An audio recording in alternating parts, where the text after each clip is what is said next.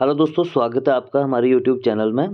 तो आज की वीडियो जैसे आपको पता चल गया होगा थंबनेल देख के, फिर से एक और वीडियो लेके आ रहा हूँ मैं आपके लिए, जो कि आजकल आपने देखा है कि जम्मू कश्मीर की जो गवर्नमेंट ने उस जो वेटिंग लिस्ट पहले ख़त्म कर दी गई थी, तो उसको फिर से रिवाइव करने का मतलब प्रोसीजर जो है स्टार्ट कर दिया है। तो कुछ हद तक ऐसा लग रहा है कि जो वेटिंग लिस्ट है फिर से मिल जाएगी। जो भी कैंडिडेट्स पहले जो एस्पिरेंट्स वेटिंग लिस्ट में रहते थे, तो उससे क्या होता है कि चांस उनको फिर से मिलेगा। अगर कोई पोस्ट वैकेंट हो रही है तो वहाँ पे चांसेस बढ़ जाते हैं।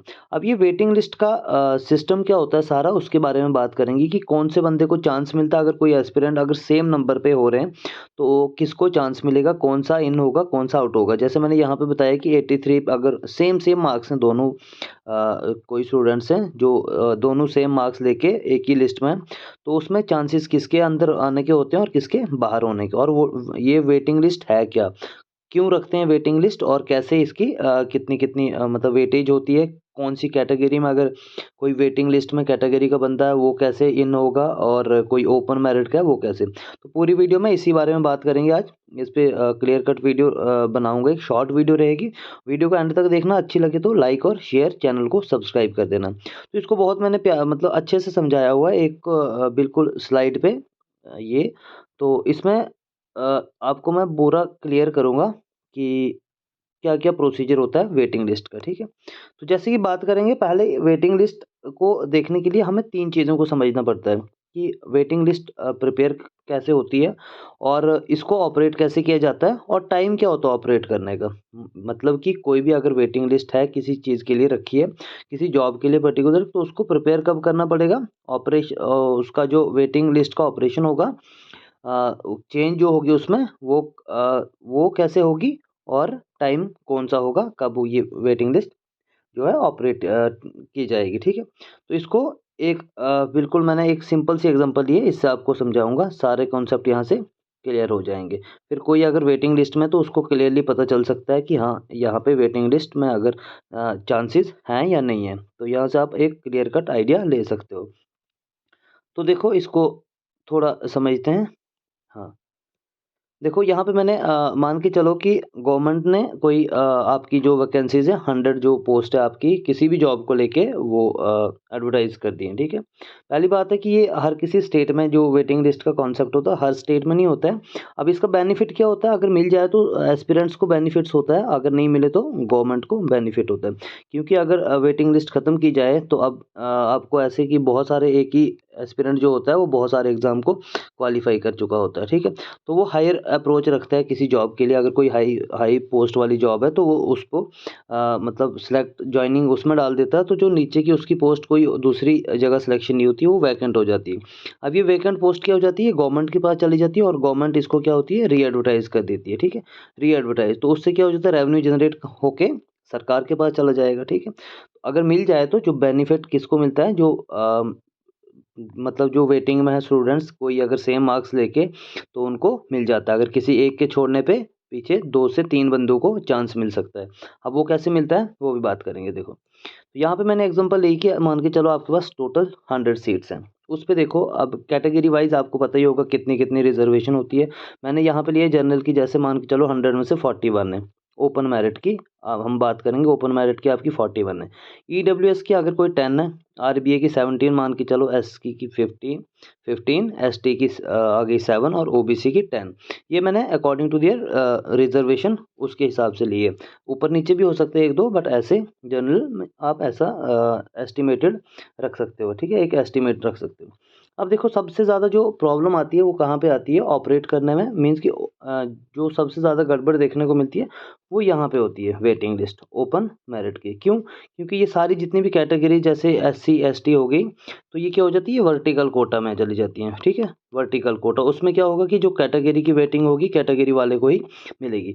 लेकिन यहाँ पे इस केस में ऐसा नहीं होता है। जनरल की जो आपकी होगी ओपन मेरिट की, यहाँ पे कोई भी कैटेगरी फॉल कर सकती है। ईडब्ल्यूएस वाला भी हो सकता है यहाँ पे, आरबीए वाला भी हो सकता है यहाँ पे एससी वाला भी आ सकता है, एसटी वाला भी, ओबीसी वाला भी आ सकता है। वो कैसे आएगा बात करेंगे इसमें भी।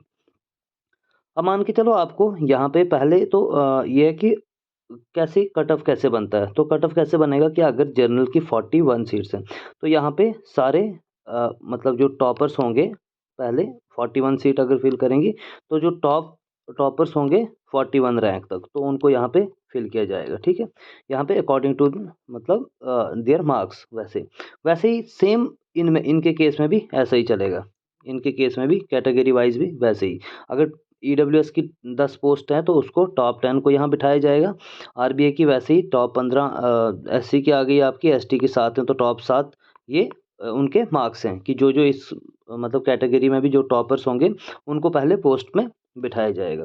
अब इसमें देखते हैं कि ये जो अगर ये फिल हो गई तो फिर वेटिंग कैसे क्रिएट होगी। तो वेटिंग वैसे ही जैसे सेम मैंने आपको पहले ही बताया कि अगर किसी जैसे, और ज़्यादातर जो चेंज देखने को मिलता है वो ओपन वालों से मिलता है, जो ओपन मेरिट में होते हैं ना, क्योंकि यहाँ पे ही सबसे ज़्यादा मार्क्स होते हैं, सबसे ज़्यादा मार्क्स ओपन में आपके लिए होते हैं, तो वहाँ से ही वेटिंग जो है मिलने का मतलब चांस ज़्यादा चांसेस हो जाते हैं वहाँ से, क्योंकि यहाँ पे और बच्चों ने मेहनत करके कोई अच्छी जॉब क्रैक की होती है, तो जो उन्होंने उससे कोई अगर नीचे जॉब है तो उसको वहाँ से छोड़ देते हैं। ठीक है, तो फिर वहाँ पे पीछे वाले को चांस मिलता है जो वेटिंग में होता है।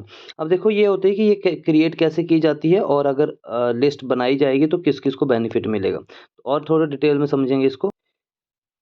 तो यहाँ पे क्या होगा, देखो जैसे गवर्नमेंट ने ये जो वेटिंग लिस्ट होती है, इसमें भी जो सीट्स होती हैं वो डिसाइडेड होती हैं, जो मतलब कोई भी जो बोर्ड होगा पेपर करवाएगा या गवर्नमेंट होगी, उन्होंने मान के चलो ओपन मेरिट के लिए वेटिंग लिस्ट है जो 10 सीटों की वेटिंग लिस्ट है, ईडब्ल्यूएस के लिए 2 सीटों की है, आरबीए के लिए 3 सीटों की, एससी के लिए 3 सीटें रखी होंगी, और एसटी के लिए 2 सीटें, ओबीसी के लिए 2 सीटें। ये एक एग्जांपल दे रहा हूँ मैं कि अगर इतनी इतनी सीट्स आपको कोई भी, अगर जैसे लिस्ट देखी होगी आपने वेटिंग लिस्ट, वहाँ पे या रिजल्ट जब आउट होता है फाइनल जो मतलब सिलेक्शन लिस्ट आती है, उसमें भी दिया होता है वहाँ पे कि इसकी इतनी वेटिंग है। अब वहाँ पे ये जो वेटिंग है इसमें कौन कौन से बंदे बैठेंगे, कौन कौन से, अगर किसी के सेम मार्क्स हैं तो उसको वहाँ किसको प्रेफरेंस मिलेगी, तो वहाँ एज वाइज भी प्रेफरेंस मिल सकती है। ठीक है, या वो जिसको लगाना चाहे, फिर मतलब उस पर डिपेंड करता है कि कैसे कैसे वो वहाँ पे एडजस्ट करने होते हैं बंदे।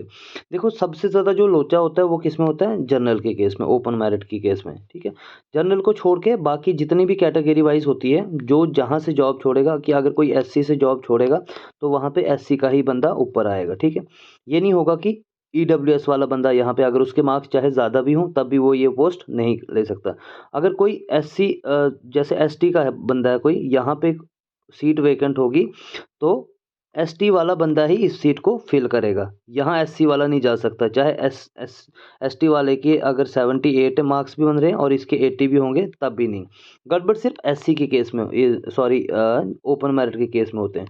क्यों, क्योंकि यहाँ पे सारी कैटेगरीज फॉल करती हैं, सारी कैटेगरीज यहाँ पे फॉल करेंगी मार्क्स के अकॉर्डिंग। अगर किसी कैटेगरी के ज़्यादा मार्क्स हैं तो वो भी यहाँ फिल मतलब आ सकता है। अब देखो यहाँ का तो फंडा क्लियर होता है कि इसमें जो भी बच्चे होंगे जो जहाँ से जॉब छोड़ेगा वहाँ उसको वहाँ पे प्रेफरेंस मिलेगी। तो फिर जनरल में अगर मान के चलो 10 की आपकी वेटिंग है, अगर जनरल के लिए 10 की वेटिंग डाली हुई है, ठीक है 10, अगर इन जनरल में से 10 की जगह 8 ही फिल हो पाती है, ठीक है 8 फिल होने का मतलब क्या है कि उसके बाद क्या होगी, उसके बाद जो कैटेगरी में होंगे ना जो कैटेगरी वाले होंगे उनके मार्क्स वहाँ से उनसे ज़्यादा बढ़ रहे हैं, उनके मार्क्स ज़्यादा बढ़ रहे हैं, तो ये बंदे क्लेम कर सकते हैं हाँ ओपन मेरिट में हम आ सकते थे। अगर किसी बंदे को कैटेगरी में अगर उस मार्क्स पे नहीं मिली है, वो वेटिंग में आ रहा, तो वहाँ से क्या होगा कि अगर यहाँ पे हम आ सकते थे तो उस कम वाले बंदे को कैसे आपने ओपन मेरिट में तो ये यहाँ से क्लेम कर सकता है बंदा। अब देखो अगर यहाँ से मान के चलो 10 वेटिंग थी जनरल की और वहाँ पे 8 ही फिल हो पाई है, तो 2 वैकेंट हो गई हैं, 2 सीटें वैकेंट हो गई। अब क्या होगा इन 2 सीटों के लिए, 2 सीटों में जो होगा वो कैटेगरी वाले बंदों को देखा जाएगा।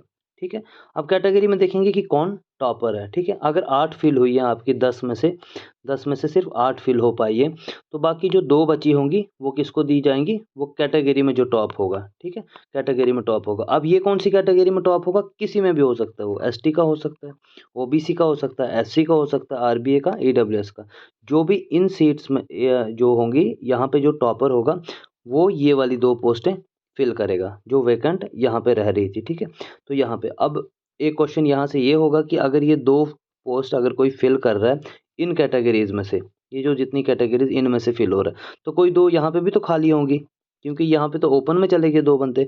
अगर एक बंदा एससी का गया हुआ, एक एसटी का गया है यहाँ से, तो यहाँ पे एक-एक पोस्ट और इनकी भी वैकेंट हो जाएगी। तो यहाँ पे जो पीछे वेट कर रहे थे, इन कोई वेटिंग लिस्ट में था, तो वो एसटी वाला एसटी में चला जाएगा, एससी वाला एससी में चलेगा।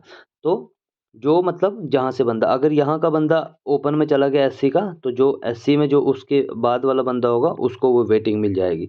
एसटी का बंदा ओपन में चला गया तो वो उसके बाद वाला जो बंदा होगा उसको वो वेटिंग मिल जाएगी। ठीक है, तो ये सारा जो वेटिंग लिस्ट का खेल होता है ये ऐसे चलती है। ठीक है, तो इसमें क्या होता है कि ओपन मेरिट का होता है सारी चेंज इसी का, क्योंकि इस एक लिस्ट के ऑपरेट करने पे सारी लिस्टों को ऑपरेट करना पड़ता है। ठीक है, देखो अभी जैसे मैंने आपको एग्जांपल दी कि यहाँ से 2 लिस्टें छोड़ने पे आपकी यहाँ पे सबको सबको मतलब ऑपरेट करना पड़ा कि हाँ अब यहाँ से कौन सा बंदा टॉपर है जिसको ओपन मेरिट में निकालना है। ठीक है, तो ये मतलब ऐसे ही जो वेटिंग मिलती है इसके बेसिस पे वेटिंग देते हैं। ठीक है, तो आई होप वीडियो आपको अच्छी लगी होगी, और वीडियो अगर अच्छी लगी होगी तो लाइक, शेयर और चैनल को सब्सक्राइब करना है।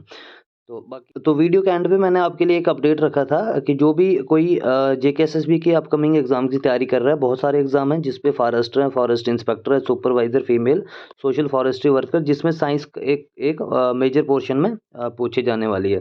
32 मार्क्स की जो साइंस है वो आपके फॉरेस्टर में 32 मार्क्स की है। तो इसके लिए जो हमारे मंजू मैम हैं ये आपको साइंस के डेली लेक्चर प्रोवाइड करेंगे।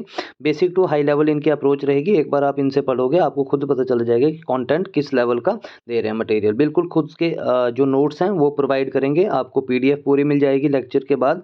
जैसे भी आपकी कोई टॉपिक कंप्लीट होगा उसके बाद आपको पीडीएफ प्रोवाइड की जाएगी। पीडीएफ हमारे टेलीग्राम चैनल पे मिल जाएगी।